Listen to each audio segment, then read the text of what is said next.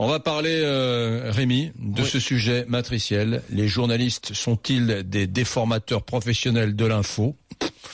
Bon, écoutez, spontanément comme ça, sans avoir... Quand tu me regardes, tu dis oui. sans avoir réfléchi au sujet, je dis oui, moi. Bienvenue dans Spécial Investigation. Je vous propose aujourd'hui une enquête inédite sur les soldats de la Légion étrangère. Urgence hospitalière, crédit à la consommation ou violence à l'école. Vous allez comprendre comment les géants de la téléphonie vous vendent du rêve en dissimulant bien des cauchemars. Marseille. Alors que la plupart des vacanciers profitent de la plage, Régis et Stéphane, policiers en civil de la BAC, poursuivent un scooter. Apparemment, nos caméras dérangent. Il y a un problème ? Ouais. Nous allons traiter des questions fortes qui nous préoccupent au quotidien. Vous nous laissez bosser, d'accord ? Et découvrir des réponses qui dépassent les idées reçues et les jugements hâtifs. Voilà, on parle donc des journalistes pendant 1 heure, mon cher Rémi. Et sont-ils justement des manipulateurs d'opinion, conscients ou inconscients d'ailleurs aussi peut-être ? En tout cas, les journalistes ne veulent pas seulement informer, ils veulent aussi que les gens pensent bien. C'est l'idée défendue par Ingrid Riocreux dans son livre La langue des médias. Elle explique que les journalistes ne cessent de reproduire des tournures de phrases et des termes qui impliquent un jugement éthique sur les événements. Exemple, un clandestin, on préférera employer le mot migrant, par exemple, jugement de valeur, d'après Ingrid Riocreux, qui contribue à répandre nombre de préjugés. Autre travers, parmi, il y en a d'autres, dans la plupart des médias, on retrouve les mêmes mots utilisés par différents journalistes, les mêmes mots, tout simplement parce que la plupart des articles ont comme source une dépêche AFP que l'on a copiée. Ingrid Riocreux veut montrer qu'au-delà des imperfections de langage, qui ne sont que le reflet de l'abaissement général du système éducatif, les journalistes sont au service d'une idéologie, Eric, celle de la pensée dominante. Ils sont donc les gardiens du code. Ingrid Riocreux, bonjour. Bonjour. Merci d'être avec nous. La langue des médias, c'est le titre de votre ouvrage. Vous êtes agrégé de lettres modernes, disais-je tout à l'heure. Vous êtes docteur de l'université Paris-Sorbonne et vous êtes actuellement chercheur associé à l'université Paris 4. Bon, moi je me souviens, je m'étais beaucoup interrogé au début de ma carrière sur le choix des mots. Déjà, alors que je menais pas du tout une recherche, de travail de recherche comparable au vôtre, bien sûr, mais je trouvais toujours étrange pourquoi dans tel journal radio on parlait d'un terroriste. Je parle d'affaires en Palestine, par exemple, il y a quelques années, ou bien en Israël. Puis sur une autre radio on disait Moudjahidine. Voilà, je me disais tiens c'est curieux. Et puis des enfants tués pouvaient être d'un côté des colons juifs et quand c'était dans le camp d'en face, ça n'était pas aussi dépréciateur. Donc dans le choix des mots qu'utilisent les journalistes quand ils font un journal télévisé, quand ils écrivent un article, il y a déjà une dimension presque, je dirais pas militante, mais oui, un peu partisane, non ? Oui, en fait, vous mettez le doigt sur un problème qui est, à mon sens, un véritable problème de la langue journalistique, c'est-à-dire qu'on entretient le mythe de l'objectivité, alors que, voilà, selon moi, c'est un mythe. À partir du moment où vous voulez désigner les choses, où vous voulez parler du réel, vous allez choisir des mots. Pour prendre un exemple très très simple, quand un camion rentre dans un bus, ça ne dit pas un camion percute un bus, ça fait boum, c'est tout. À partir du moment où vous allez vouloir décrire l'événement, vous allez être obligé de mettre des mots sur le réel. Vous allez dire voilà un camion percute un bus. Bon vous mettez la responsabilité du côté du camion. Puis quand vous dites un camion percute un bus, vous parlez uniquement du moyen de transport. Vous ne parlez pas de la personne qui conduit le camion. Vous voyez. Alors après vous allez pouvoir entrer dans ce genre de détails, faire un article bien larmoyant sur les familles des victimes et tout. Donc en fait la manière de parler du réel, c'est un enrobage. Les événements ne parlent pas tout seuls. C'est vraiment ça a l'air tout bête de dire ça comme ça, mais ce qui m'a frappé moi, c'est à quel point quand on écoute la radio, on ose encore nous dire que non, les journalistes en fait, ils sont une espèce de vitre transparente, ils sont au service de l'actualité, ils ne jugent pas. Mais d'une certaine façon, c'est inévitable.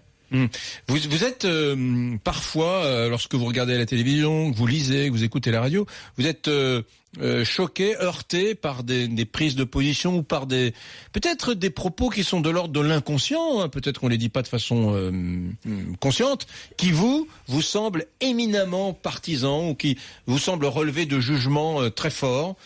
Ça vous arrive d'être choqué, heurté ? Oui. Donnez-moi des exemples.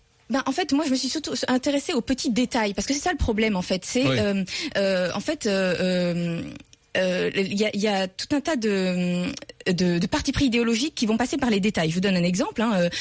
C'était, par exemple, j'en parle dans mon livre, le traitement de jour de colère. Vous vous souvenez, c'était une manifestation contre le pouvoir en place, on va dire, une manifestation plutôt étiquetée d'extrême droite. C'est très intéressant d'ailleurs parce qu'on dit d'extrême droite, mais on dira pas d'extrême gauche, on dira plutôt gauche de la gauche. Ouais. Donc vous voyez, ce genre de vocabulaire, c'est intéressant. Et je compare 2 articles qui ont rigoureusement le même contenu. C'est une dépêche AFP, donc qui a été recopiée mot pour mot. Mais dans l'un, donc le titre, c'est Jour de colère rassemble quelques centaines de participants. Et l'autre, c'est Jour de colère ne rassemble que quelques centaines de participants. D'accord. Donc vous voyez. Donc dans le deuxième cas, on laisse entendre que cette manifestation est un échec, que ce mouvement n'a pas de dynamique, etc. Vous voyez. Donc ça va être dans ce genre de petits détails que va se glisser tout un parti pris idéologique qui va contribuer fortement à nous orienter, justement parce que ça ne nous saute pas aux yeux. Et les partis pris idéologiques, mettons les pieds dans le plat, sont des partis pris qui sont des partis pris de gauche, de droite. Comment se répartissent les choses, parce que alors on a coutume de dire que les journalistes sont plutôt de gauche. Moi, je trouve ça embêtant de raisonner comme ça parce qu'on a l'impression qu'ils sont au service d'un parti politique, si vous voulez. Or, le problème n'est pas là. Le problème, c'est un bain idéologique dans lequel nous sommes tous plongés finalement. Et vous parliez tout à l'heure de gardien du code, vous repreniez mon expression. En fait, j'ai voulu montrer que la langue des journalistes, c'est d'une certaine façon un sous-code linguistique. Et nous sommes tous imprégnés de ce code, nous le comprenons très bien. Si vous prenez un certain nombre d'articles... C'est-à-dire que le parler journaliste, d'ailleurs je vais vous faire rire, tiens, vous êtes prête, c'est ma blague de fin de dîner, c'est que le parler journalistique est un espèce de jargon qui n'a plus rien à voir avec le monde réel. Vous avez raison, vous savez, souvent on se moquait de nos confrères d'Europe 1 quand j'étais à l'école de journalisme parce qu'il y avait un ton européen qui était un peu... je vais vous le faire. Une association qui revendique clairement ses droits et qui s'affirme aujourd'hui comme l'ultime dépositaire d'une tradition à jamais révolue. Ce truc chantant qui était ridicule, alors maintenant on l'a plus, mais voilà, c'est-à-dire que dans la vie on dit jamais, tu vas passer, prendre ton cartable et puis tu vas le mettre sur ton dos, tu iras attendre ton bus pour aller à l'école. Mais on parle pas comme ça à ses enfants. Ouais, mais il y a un parler journaliste. Ouais. D'ailleurs, vous avez vu le premier chapitre de mon livre, je reviens sur effectivement la manière de scander les phrases, le phrasé, l'intonation, la manière de prononcer les mots. C'est totalement con.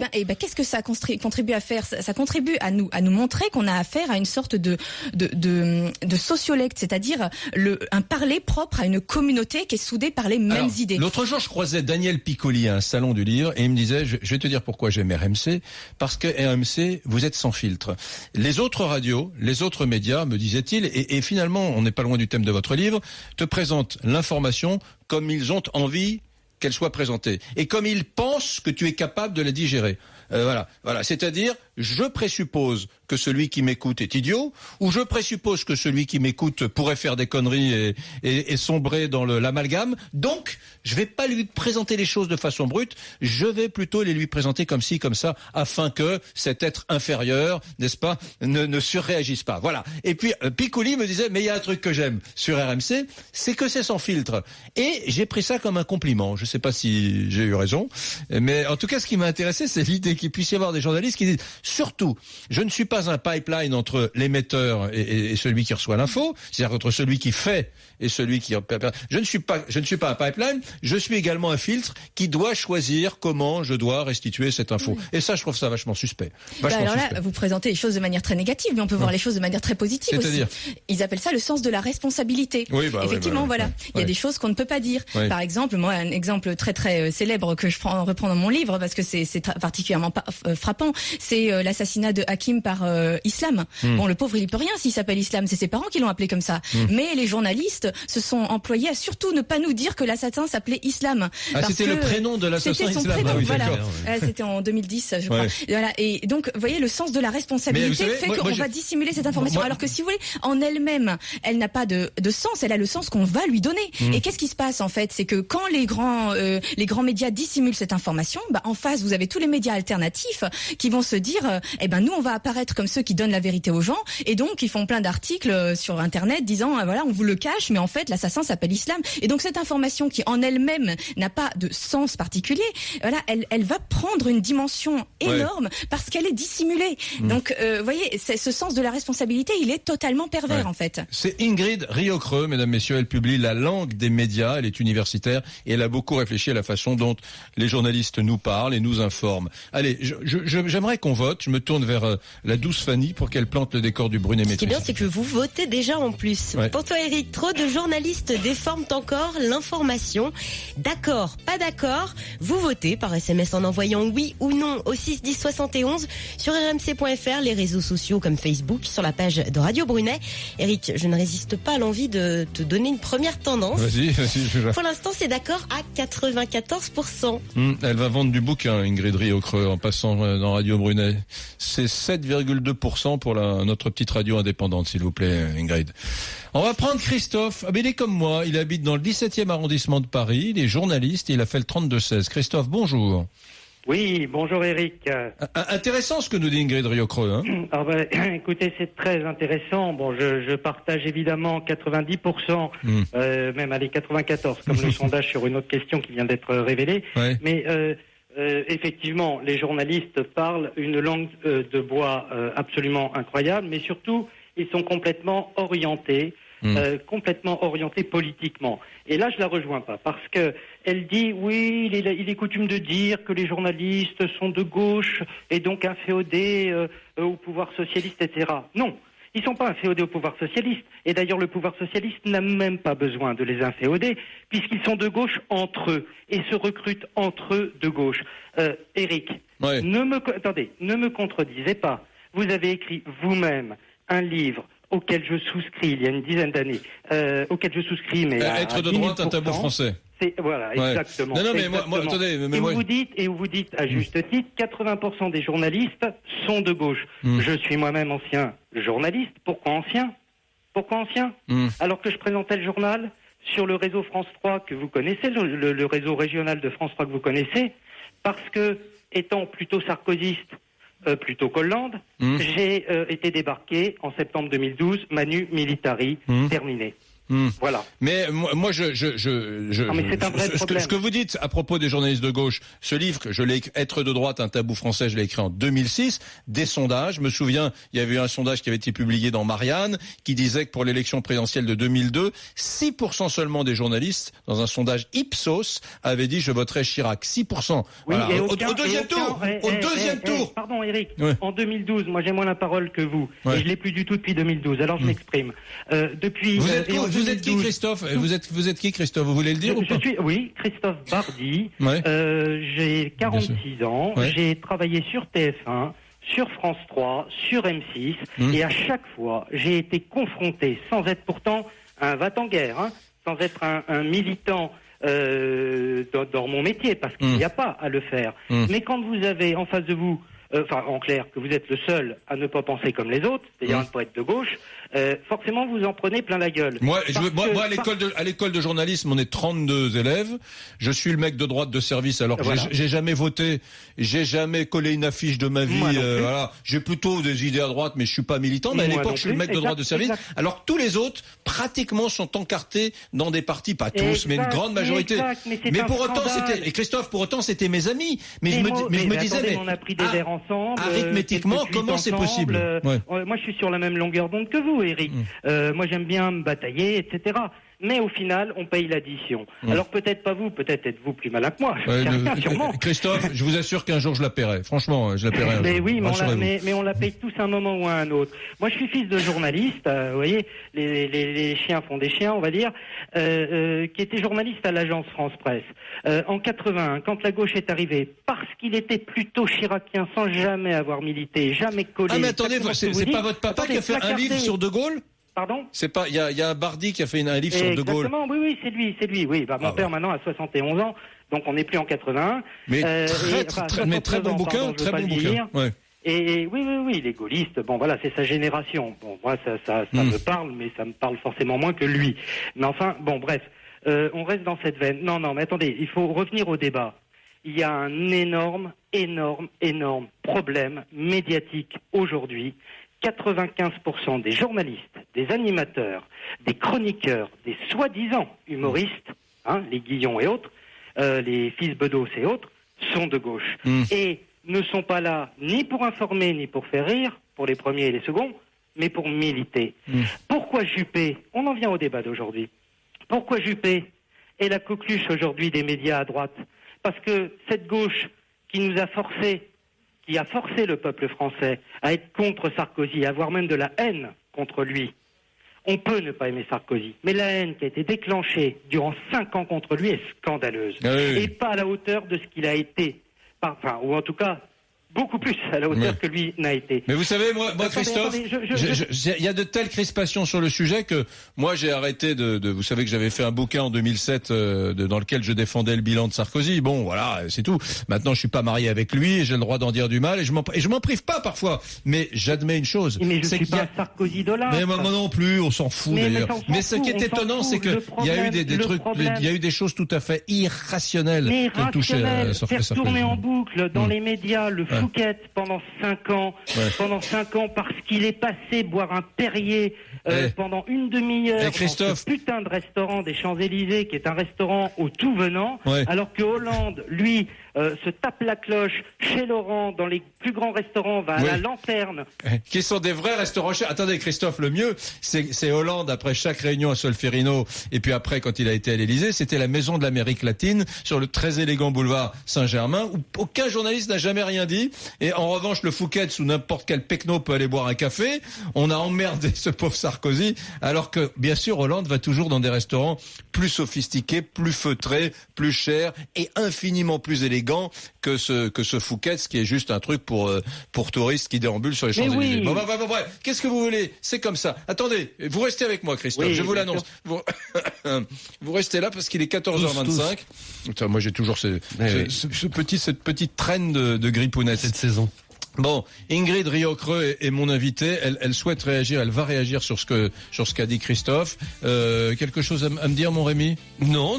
Mais je suis concerné, donc j'écoute attentivement tout ça. On va peut-être parler aussi. On en parlera peut-être tout à l'heure aussi du formatage dans les écoles de journalisme. On nous apprend à parler d'une certaine manière. Est-ce que les journalistes sont toujours de gauche, comme le dit Christophe, et comme j'aurais tendance à le penser ? Réponse de Ingrid Riocreux, sa perception dans une seconde. RMC, liberté, égalité. Radio Brunet. RMC, 13h-15h, c'est Radio Brunet. Éric Brunet. Il est 13h30, mesdames, messieurs, vous écoutez Radio Brunet. Trop de journalistes déforment encore l'information. C'est l'idée que défend Ingrid Riocreux, qui publie La langue des médias aux éditions L'Artilleur. Fanny, est-ce que ça vote ? Et est-ce que tu nous as dit comment on vote ? Oui, tu nous l'as dit déjà. Bien sûr, oui, rmc.fr par SMS en envoyant oui ou non au 61071, Facebook, Twitter. Et pour l'instant, vous nous dites d'accord à 96%. Vous continuez de voter. Alors, Ingrid Riocreux, c'est vrai que une immense majorité de ceux qui nous écoutent, je le sais parce que on a déjà abordé ce sujet, pensent qu'une majorité de journalistes ont le cœur à gauche, mais enfin qu'ils aient le cœur à gauche, c'est pas important, mais donnent une orientation et une inflexion à l'ordonnancement, au choix des reportages et même à la façon dont ils commentent l'actualité. Est-ce que vous, qui avez un regard critique sur les médias, est-ce que c'est une réalité que vous avez perçue ? C'est compliqué parce que ça renvoie aussi à des questionnements du genre est-ce qu'il y a encore une différence entre la droite et la gauche aujourd'hui en France ? Voilà, c'est pour ça que moi j'ai essayé de pas rentrer dans ce genre de problématique. De même que parfois on me dit oui, mais en fait le problème c'est le financement de la presse. Ils disent tous la même chose parce qu'ils sont tous dans le même groupe de presse, etc. Vous écoutez les mots MOTS des journalistes. Donc le financement, on s'en fout. Voilà. Vous écoutez les mots. Ça pourrait influer dessus sur le choix des mots, évidemment, évidemment, parce que la forme dicte la compréhension du fond, si vous voulez. Mais moi j'ai essayé vraiment de laisser ça de côté. De pas m'intéresser à l'orientation de ce que je lisais et de vraiment de prendre les mots et de dire tiens, telle expression revient toujours pour parler de telle chose et on l'emploie pas pour parler de telle autre. Je vais vous prendre un exemple. Prenons par exemple l'élection américaine en ce moment là, Trump versus Clinton. On dira que Trump balance des boules puantes. Par contre, vous pouvez chercher. Clinton, elle balance pas de boules puantes. Oui. Elle dégaine des accusations. Voilà. Donc vous voyez, il y a une manière de présenter les choses qui va forcer le trait, qui va renforcer l'idée que Trump est quelqu'un de vulgaire, éventuellement dans l'idée de boule puante. En fait, on ne sait jamais parce que certaines s'avèrent être des accusations fondées, mais d'autres non. Donc on mélange tout dans l'idée qu'il balance des boules puantes. C'est l'idée que Trump, les gens étant d'un comportement assez moutonnier et panurgique, l'idée que Trump est plus méchant, est moins fréquentable que Hillary Clinton s'installant peu à peu dans la communauté journalistique, on se dit donc là, je peux m'autoriser des indignations, des offuscations et puis même des adjectifs que je n'utiliserai pas avec Hillary Clinton. Donc j'y vais. Donc j'y vais et je passe pour un héros, mèche au vent. Voilà, regardez, je suis le journaliste courageux qui a osé dénoncer, n'est-ce pas, l'inanité du comportement de Trump. Ça, j'adore aussi les gens qui chassent en meute et qui dénoncent. C'est toujours ce sentiment de la responsabilité qu'il faut nous aider à comprendre le monde, en fait. Mais est-ce que c'est pas des sentiments mal placés? Est-ce que c'est pas une espèce de vertu mal dosée, ça? Absolument. Et puis, comme je le disais tout à l'heure, c'est tout à fait pervers parce qu'aujourd'hui, il y a très nettement dans l'opinion, et ça se comprend, une forme d'allergie à ce comportement des médias. Il y a peu d'iconoclastes. Finalement, on se rend compte que les médias sont dans une grégarité qui est confondante. Il n'y a pas d'iconoclastes. Mais si, il y en a quelques-uns. C'est ce qu'on appelle les polémistes. Voilà, Zemmour et compagnie. Et en fait, le système feint de les rejeter, mais a absolument besoin qu'ils existent. Parce qu'il faut un diable. Il faut pouvoir pointer le diable. Ensuite, il faut pouvoir dire un tel est proche du diable. Voilà, ça permet aussi de comprendre le monde. Vous voyez, on vous offre une grille de lecture du monde. Maxime, il m'appelle de Lyon. Il a 28 ans et il a fait une école de journalisme. Mon cher Maxime, bonjour. Bonjour. Alors, vous avez fait une école de journalisme, c'est ça? Voilà, exactement, tout à fait. Il y a quelques années, il y a 5-6 ans à peu près. Est-ce qu'on formate les journalistes? Est-ce que vous avez le sentiment d'avoir été formaté dans le vilain sens du terme ou pas d'ailleurs? Alors, c'est pas forcément dans le vilain sens du terme, c'est-à-dire que il y a un truc qu'on vous dit toujours, c'est être objectif. À mon sens, c'est pas possible d'être objectif. Et du coup, dans ce sens-là, je trouve qu'on apprend aux journalistes à pas vraiment bien faire leur métier ou à pas vraiment bien comprendre la façon dont on peut traiter l'information. Vous voyez ce que je veux dire? Non. Alors, c'est-à-dire que si par exemple vous avez traité un événement, vous allez dans la rue parce qu'il y a eu un accident justement, que le matin vous avez eu un problème, par exemple votre mère est décédée ou quelque chose comme ça, vous allez forcément voir l'information d'une certaine manière, et dans la manière dont vous allez raconter l'histoire, je pense que ça peut entraîner les gens à avoir une certaine vision de l'incident. Vous voyez ce que je veux dire? Bah oui.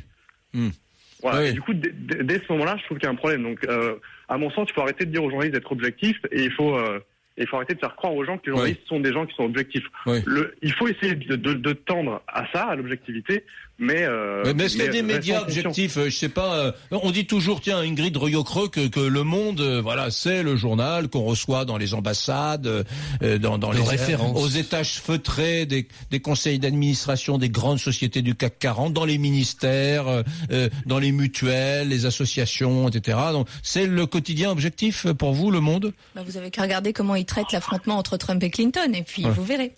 C'est exactement le genre de journal où vous allez rencontrer ce genre d'expression, quoi. C'est-à-dire que Trump balance ses boules puantes tandis que Clinton dégaine ses accusations. Pour moi, c'est le degré le plus raffiné du militantisme, bien évidemment, parce que c'est un journal qui prend des positions, alors jamais iconoclaste, alors bon, qui est toujours un peu suiviste, enfin dans l'air du temps. Enfin, quand je dis suiviste, il prend des positions dont on sait qu'elles vont être prises 2 jours avant qu'il les prenne, quoi. Voilà, c'est assez attendu, mais bon, et surtout, ce qui est plus étonnant, c'est qu'ils les font dans cette espèce d'environnement un peu rigide, qui est ce papier du Monde, cette maquette austère, qui pourrait imaginer qu'on est dans une neutralité bienveillante. Or, pas du tout. C'est sous un espèce de, derrière cette sobriété, il y a en réalité un journal qui est un journal, de centre-gauche assumé.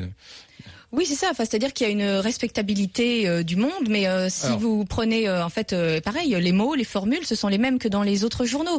Donc en fait, on va avoir le même bain idéologique. Pierre Savary est au téléphone avec nous. Bonjour Pierre. Bonjour. Vous êtes directeur de l'école supérieure de journalisme de Lille, l'ESJ, qui est la plus célèbre, la plus prestigieuse des écoles de journalisme, qui existe depuis combien de temps? 1924, 92 ans. Et puis c'est une grande école, quand on dit les grandes écoles, c'est une grande école, Lille, hein? C'est l'une des grandes écoles, effectivement. Il y a 14 écoles en France qui sont reconnues par la profession, et l'ESJ est la plus ancienne de ces 14. Moi, j'ai fait l'IUT de journalisme de Tours. On bavait, on rêvait de Lille. Ça nous faisait fantasmer, mais on n'était pas assez brillants. Aussi vais-je avoir la dent extrêmement dure avec vous aujourd'hui, parce que je suis dans une optique de vengeance. Bon, Pierre Savary, sérieux, est-ce que vous formatez des élèves? Bon, alors non, tiens, juste une chose. Moi, je suis à l'école de journalisme au milieu des années 80. C'est le début de Le Pen, je me souviens, et je me souviens honnêtement de cette espèce de réalité obsédante. On voulait, nos profs voulaient faire de nous des journalistes antifascistes. Je fais un raccourci, mais pas tant que ça. Je me souviens sur le tableau noir, il y avait la maxime la phrase de Bertolt Brecht, le ventre est encore fécond, d'où est sortie la bête immonde. Il fallait empêcher le Front National, l'extrême droite, etc. Donc on était formés dans ce sens-là. Est-ce que c'est toujours comme ça dans les écoles de journalisme, Pierre Savary? Alors, déjà, première observation, ce que vous évoquez sur les années 80, je crois que c'était une discussion qui existait aussi dans toutes les rédactions et pas que dans les écoles de journalisme, même si à cette époque-là, je n'y étais pas. Mais voilà, c'était un débat, une réflexion qui était présente à l'intérieur des médias. Non, il n'y a pas aujourd'hui, et je vous invite à venir dans les écoles, à l'ESJ ou ailleurs, et vous pourrez voir assez facilement ce qui s'y enseigne. Moi, il y a des choses que je peux partager avec ce que j'ai entendu de votre invité sur le sens des mots, sur lequel on insiste dans les écoles, et ça c'est effectivement un point qui est important. Les mots ont un sens et il faut les employer. Alors tout à l'heure on parlait d'objectivité, en tout cas avec honnêteté et pour décrire fidèlement ce dont on est témoin. C'est bien ça que l'on apprend à l'ESJ et dans les autres écoles. Ouais. En France. Moi, je me souviens quand même, il y a pas longtemps, il y a peut-être 10 ans, derrière une radio d'information continue bien connue, dans ma bagnole, je me souviens que attentat en Israël et quelques personnes meurent à la terrasse d'un bistrot à Tel Aviv. Et c'est une tragédie, les gens pleurent. Et je me souviens du commentaire qui disait, voilà, de trois colons juifs. Alors c'était pas à Tel Aviv puisque ça devait être dans une colonie, bien aimé. 3 colons juifs morts. Je me disais, c'est 3 colons juifs morts. Dans le choix des mots, je me disais, le journaliste, il est un peu gonflé, quoi. 3 colons juifs. Donc, dans le choix des mots, il y a cette dimension militante et qui ne doit rien au hasard, à mon avis, non, Pierre Savary? Alors, il y a là-dessus, vous prenez cet exemple-là, c'est un exemple, le conflit israélo-palestinien, sur lequel on a travaillé avec des étudiants, justement sur le choix des mots, pour que les étudiants, quand ils sont à l'école, comprennent ce qu'il y a derrière les mots, comprennent bien qui va employer tel terme, qui va employer tel autre terme, ce que cela charrie derrière en termes historiques, en termes de réalité. Donc moi, ce qui pour moi est important, c'est qu'au sein des écoles, ce travail de décryptage des mots et de compréhension de ce qu'il y a derrière soit bien effectué. Et encore une fois, ça c'est un travail qui est fait à l'intérieur des écoles. Ouais. Pierre, j'ai l'impression, j'ai pas de sondage sous les yeux, j'ai l'impression que la corporation, les journalistes ne recueillent pas l'assentiment, en tout cas la confiance d'une majorité de Français. Les Français aiment bien les pompiers dans l'ordre des corporations qu'on apprécie, etc. Mais les journalistes, bon, c'est jamais... Bon, alors déjà, c'est vrai, moi peut-être, compte tenu de la nature de mon cursus, ils se livrent peut-être davantage à moi, mais souvent on entend, majorité de mecs de gauche, ils ont une lecture de gauche du monde, de la politique, etc. Bon... Et puis par ailleurs, ce sont des gens qui sont dans la connivence avec les politiques. Je parle de perception, hein. Ils sont dans la connivence avec les politiques, avec les magistrats, etc. Et puis ils parlent pas très bien, ils font souvent des fautes. Bon, globalement, l'image est pas au top, non? Ah non, l'image elle n'est pas au top du tout, vous avez raison, et vous êtes même assez soft par rapport à ce qu'on même on peut vivre au quotidien, bien sûr. Je pense qu'aujourd'hui, il y a une cote de désamour qui est assez importante, mais charge aux journalistes d'être irréprochables, d'être meilleurs qu'ils ne le sont probablement, effectivement, dans le choix des mots qu'ils emploient, dans la manière dont ils évoquent tel ou tel sujet, pour que ce soit beaucoup moins attaquable que ça peut l'être maintenant. Ça, c'est une évidence. Ils veulent faire quoi, vos étudiants? Ils veulent être des nouveaux Laurent Delahousse ou des nouveaux Élise Lucet? Ce qui les fait rêver, c'est l'investigation ou montrer sa tête à la télé? C'est plus l'investigation, c'est plus aussi d'aller s'installer à l'étranger pour pouvoir faire de la correspondance pour de multiples médias depuis tel ou tel pays, telle ou telle zone qui les attire. Et c'est aussi d'inventer les médias de demain, de créer ce qui seront les médias dans lesquels ils travailleront. Ça aussi, c'est une tendance qui est assez forte au sein des écoles. Moi, une petite critique, les étudiants que je vois passer chez nous, ici à RMC, BFM TV, sont souvent, je dirais pas formatés, ils sont très bons sur le plan technique, ils sont bien, ils sont cultivés, ils ont une bonne culture générale. Mais sur le plan des idées, pardon, c'est le libéral libertaire droitier qui vous parle, un peu droitier, mais c'est toujours les mêmes chapelles, quoi. C'est fatigant. Ils sont toujours dans les mêmes schèmes, dans les mêmes fonctionnements. C'est toujours la même idéologie, un peu de gauche, bienveillante. Disons, ils se ressemblent vachement, quoi. J'ai rien contre, mais moi j'aimerais qu'il y ait un peu plus de disparité.